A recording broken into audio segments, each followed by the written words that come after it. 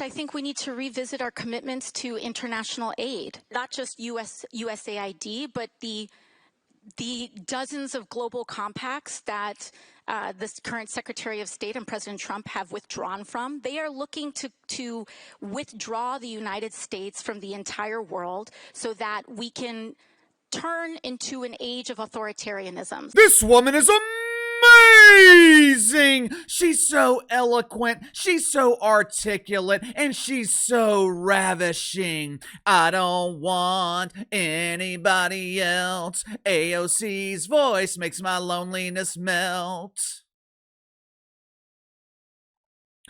Throughout the day yesterday, the paid propagandists in the mainstream media were working overtime. They were trying to convince us that some meaningless one-on-one tournament in the secondary dump known as Unrivaled was revolutionizing the make-believe world of pretend basketball. During breaks between obsessing over Paige Buckner and the other unknowns in Unrivaled, the media was trying to convince us that AOC LGBT is a legitimate presidential candidate. AOC, it's easy as LGB, it's simple as TQI, AOC, LGB, party of the donkey. The media was sharing all of these carefully selected clips where AOC looked halfway presentable. My inside sources are telling me Woke Memorial Hospital was filled to capacity this morning as members of the mainstream media were being treated for arthritis. They overworked their arms yesterday as they aggressively polished the turd. According to the media, Alex Cortez is not only a rising star, she is also the new leader of the Party of the Donkey, and soon, Alex will be the leader of the free world. You know, we live in this society where everyone thinks they're a leader. There's this false notion that leadership is easy. Anyone can be a leader. When the reality is, leadership is tough, it's stressful, it's thankless. Leadership positions are the toughest jobs in any profession. If you don't believe me, just look at the difference in the NBA between the leadership of David Stern and the complete lack of leadership from Adam Silver.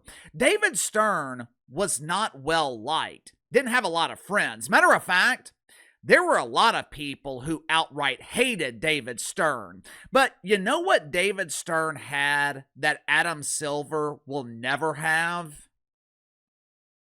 Respect.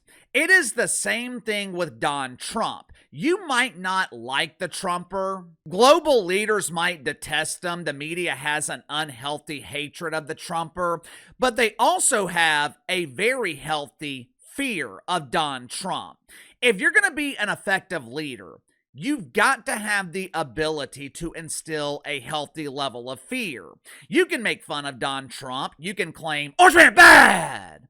Nicky Maduro can talk shit about the Trumper from his palace in Venezuela. But other world leaders know not to cross the line. Because if they do, they will be pleading for mercy and solitary confinement.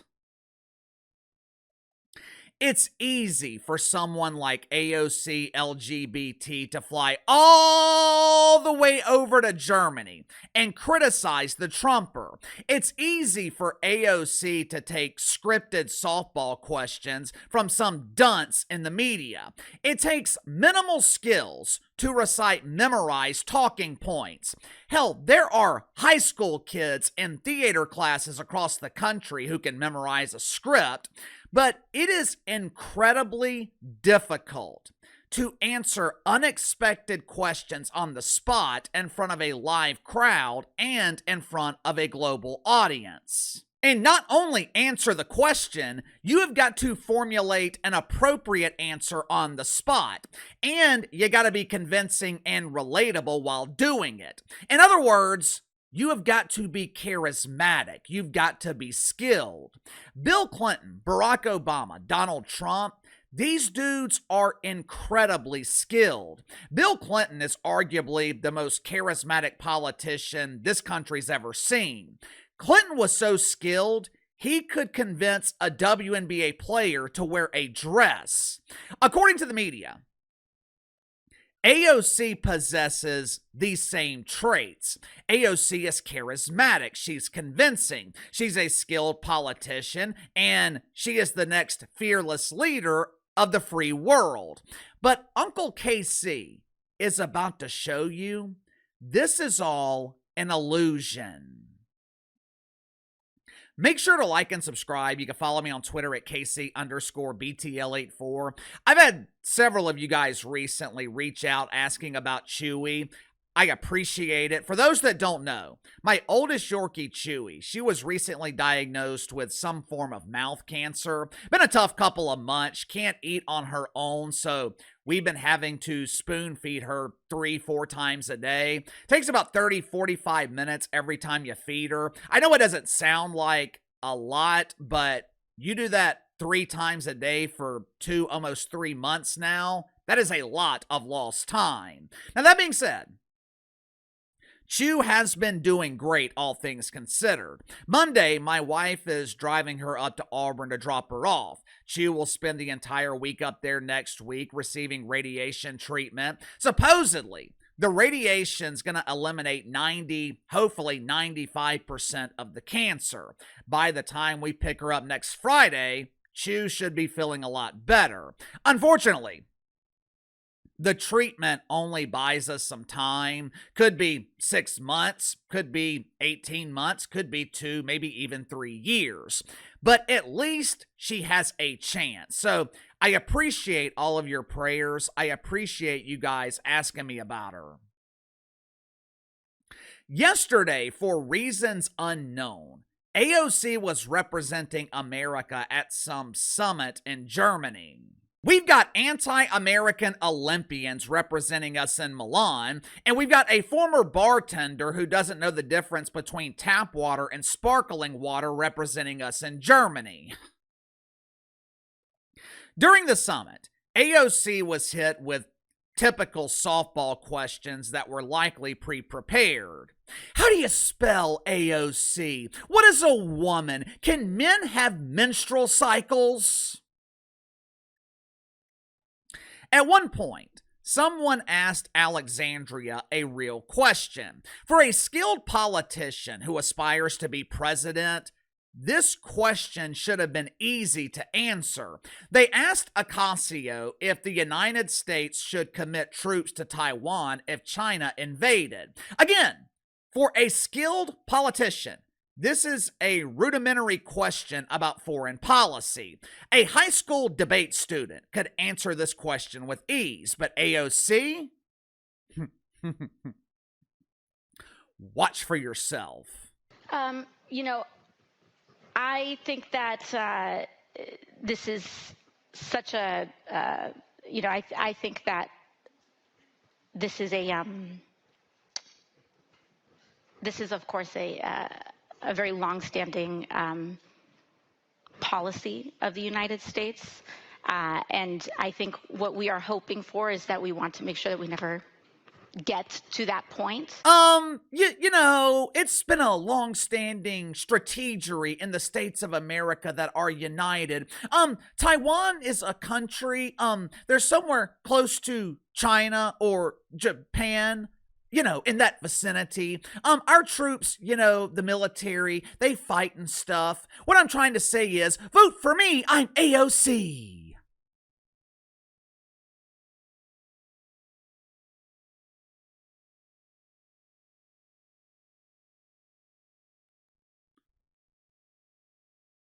This is your chosen one. This is the face of the party of the donkey. Someone who struggles to answer a rudimentary question on foreign policy? Can you imagine AOC on the debate stage Can you imagine Ocasio if she was interviewed by someone who asked unscripted questions? It would be a disaster. It is not a coincidence that doofus Democrats have anointed AOC as their fearless leader. If this decision was based on merit, if this decision was based on skills, experience, Bernard Sanders would be the most qualified. Problem with Bernard, he's too damn old. So the other logical choice would be Gabby Newsom. Of course, the problem with Gabby, his political legacy is tainted. The People's Republic of California is a flaming ass fire. Remember the fires in Los Angeles last year? Gabby Newsom is standing in front of the Pacific Ocean claiming that he can't find water. Well, Uncle KC, what about Hillary Clinton? She's swell. Hill Clinton. Hill Clinton is too hated by both men and women. But AOC can secure females. She would be heavily promoted by woke white women. And Ocasio can attract young men with her radiance. But there are two major problems with AOC LGBT. Number one, this is a prime example of what I'm talking about when we talk about polishing the turd. Aesthetically, AOC is a great candidate. She's got the look, she's young, but her mouth opens involuntarily and unleashes incredibly toxic mouth farts. It's hard to be appealing when your mouth is constantly releasing toxic gas. Problem two, AOC is going to have a hard time commanding respect. Say what you want about Bill Clinton, say what you want about Barry Obama or the Trumper, but on some level, all three of them are respected. Do you really think captains in the military are going to listen to AOC? You really think Vlad Putin will take Ocasio seriously? What about Xi Jinping? Hell, what about the leaders in the Middle East, Saudi Arabia? You really think they're going to respect AOC? She's going to have a hard enough time earning the respect of American men. For doofus Democrats, this is a disaster waiting to happen. AOC is cackling Cam Harris 2.0. She is a younger version of cackling Cam. Throughout her career, AOC has been heavily protected. Her image has been carefully cultivated. She'll give scripted speeches. She is brilliant at creating these short clips on social media. AOC will give interviews with her pretend friends in the media, but it is very, very rare for AOC to venture off script.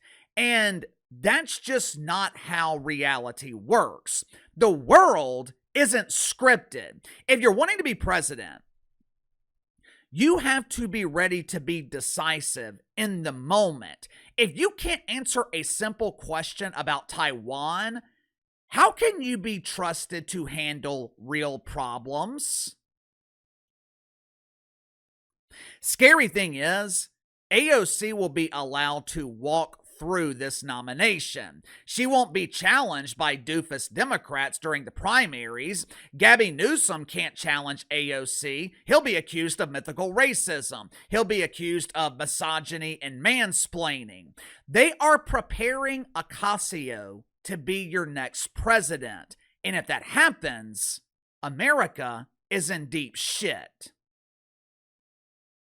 Sound off in the comments below. I'll see you guys later.